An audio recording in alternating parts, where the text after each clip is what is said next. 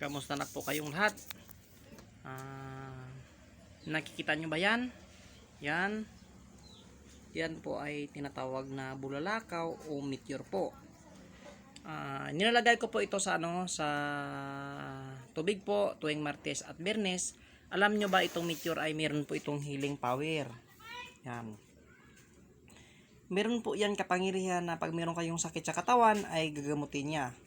Kaya tinatawag na healing power. Sa mga karamdaman nyo sa katawan, yan po ay gamot. Ilagay nyo pa lang po sa tubig, ibabad at inumin po. Pag ininom nyo po niyan ay mawala po ang inyong karamdaman kasi nga tinatawag po na healing.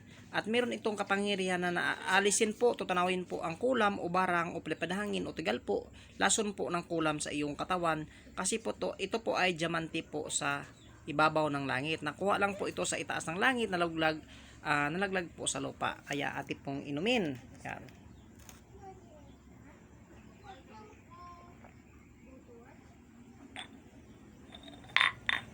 Yan na po siya.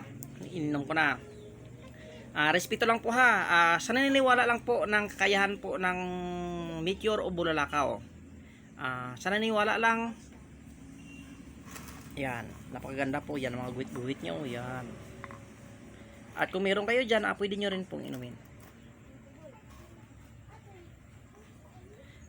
Meron akong bulalakaw dito. Marami.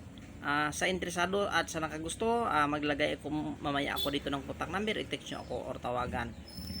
Yan po ay ginagawa ko. Meron itong kayahan.